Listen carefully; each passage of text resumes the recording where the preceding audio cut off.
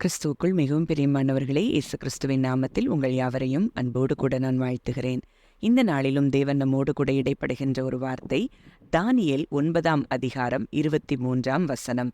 நீ மிகவும் பெரியமானவன், ஆதலால் நீ வேண்டிக் கொள்ளத் தொடங்கின போதே கட்டளை வெளிப்பட்டது.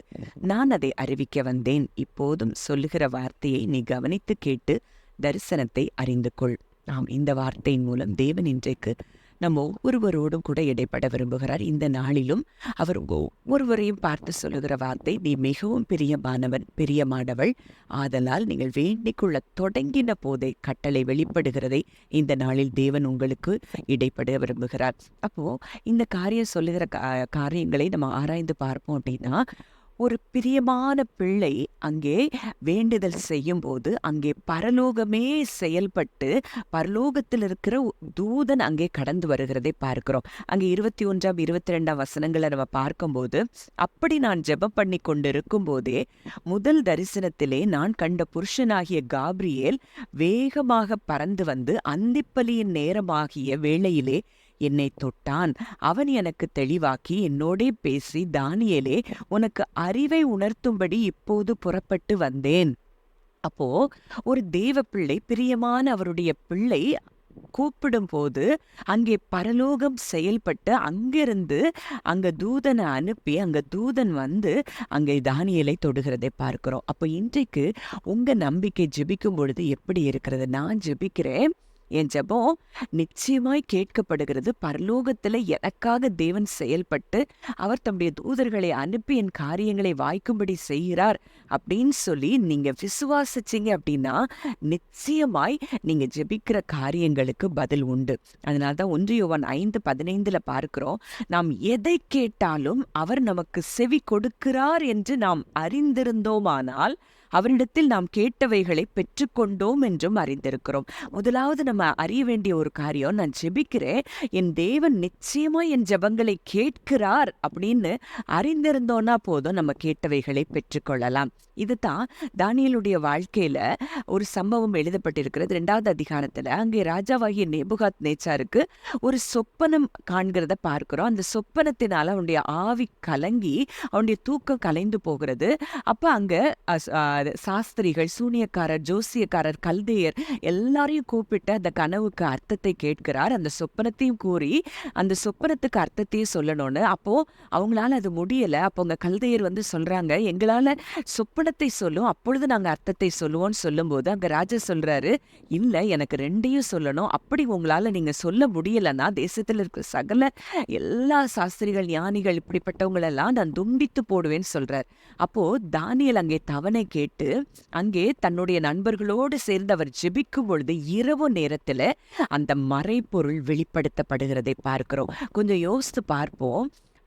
மற்றவர்களுடைய கனவுல அங்க என்ன கனவு வந்தது அப்படின்னு, சொப்பனை வந்ததுன்னு சொல்லி அங்க பரலோகத்தில் இருக்கிற தேவனால் அங்கே தானியேலுக்கு வெளிப்படுத்தப்படுகிறதை பார்க்கிறோம். அப்போ இதுல என்ன காரியங்கள் அடங்கி இருக்குதுன்னா, அங்கே ஜெபிக்கும் பொழுது எதையும் தேவன் வெளிப்படுத்த அவர் தயாராயிருக்கிறார். மறைபொருட்களை வெளிப்படுத்துகிற தேவன், ஆழமானதை வெளிப்படுத்துகிற தேவன். அப்போ ஜெபிக்கும் பொழுது இன்றைக்கு உங்களுக்கு மறைவாய் இருக்கிற காரியங்கள் என்ன, ரகசியங்கள் என்ன, எல்லாவற்றையும் தேவன் இன்றைக்கு உங்களுக்கு வெளிப்படுத்துவார். அப்போ எந்த ஜெபமா இருந்தாலும் நீங்கள் உண்மையாய் நான் பண்ணுகிற ஜெபத்திற்கு என் தேவன் பதில் கொடுக்கிறார் அப்படின்னு சொல்லி நீங்க அறிந்திருந்தா போதும், அந்த எந்த ஜெபம் பண்றீங்களோ அந்த ஜெபத்திற்கு நிச்சயமாய் தேவன் பதில் தருகிறார். பரலோகம் உங்களுக்காக இறங்கி செயல்படுகிறது என்பதை நீங்கள் அறிந்து கொள்ள வேண்டும்.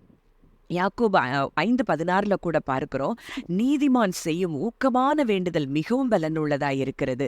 கர்த்தருடைய கண்கள் நீதிமான்கள் மேல் நோக்கமாய் இருக்கிறது, அவருடைய செவிகள் அவர்கள் கூப்பிடுதலுக்கு எப்பொழுதும் திறந்திருக்கிறது அப்படின்னு சொல்லி சங்கீதம் 34:15 பார்க்கிறோம். அப்போ நீதிமான்களின் ஜெபத்தை கேட்கிறார் அப்படின்னு சொல்லி நீதிமொழிகள் 15:29 பார்க்கிறோம். இன்றைக்கு விசுவாசத்தினாலே நாம் நீதிமான்கள் ஆக்கப்பட்டிருக்கிறோம் என்று சொல்லி ரோமர் 5:1 பார்க்கிறோம்.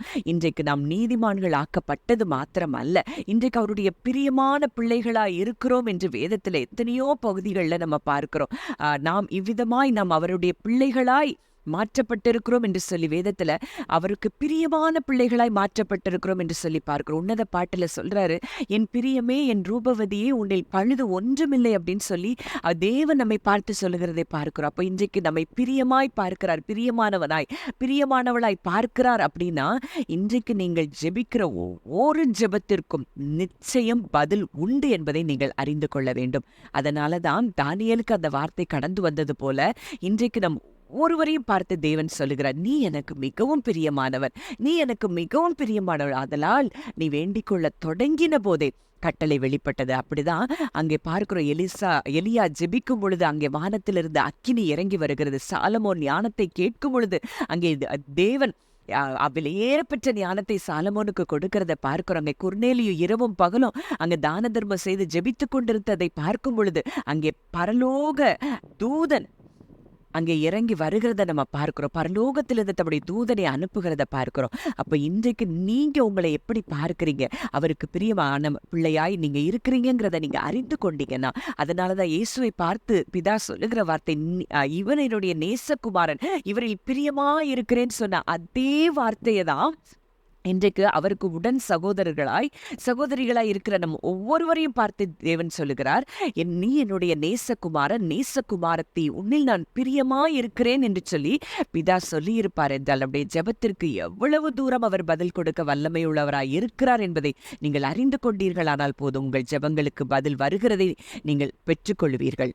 ஜெபிக்கலாம். நல்ல தகப்பனை, நன்றியோடு துதிக்கிறோம், ஸ்தோத்திரிக்கிறோம். அப்பா, இந்த நாளிலும் எங்களோடு கூட இடைப்பட்ட உம்முடைய வார்த்தையின்படி இன்றைக்கு நாங்கள் உமக்கு பிரியமானவர்களாய் இருக்கிறபடியினால் எங்களுடைய எல்லா ஜெபங்களுக்கும் கர்த்தர் பதில் கொடுக்கிறபடியினால் நன்றி செலுத்துகிறோம். கேட்ட வார்த்தையின்படி ஒவ்வொருவருடைய வாழ்க்கையிலே அவர்கள் என்னென்னலாம் ஜெபங்கள் இதுவரைக்கும் செய்திருக்கிறார்களோ அந்த ஜெபங்கள் எல்லாவற்றிற்கும் கர்த்தர் பதில் கொடுக்கிறபடியினால் நன்றி செலுத்துகிறோம். இயேசு கிறிஸ்துவின் மூலம் கேட்கிறோம் ஜீவனுள்ள நல்ல பிதாவே, ஆமேன்.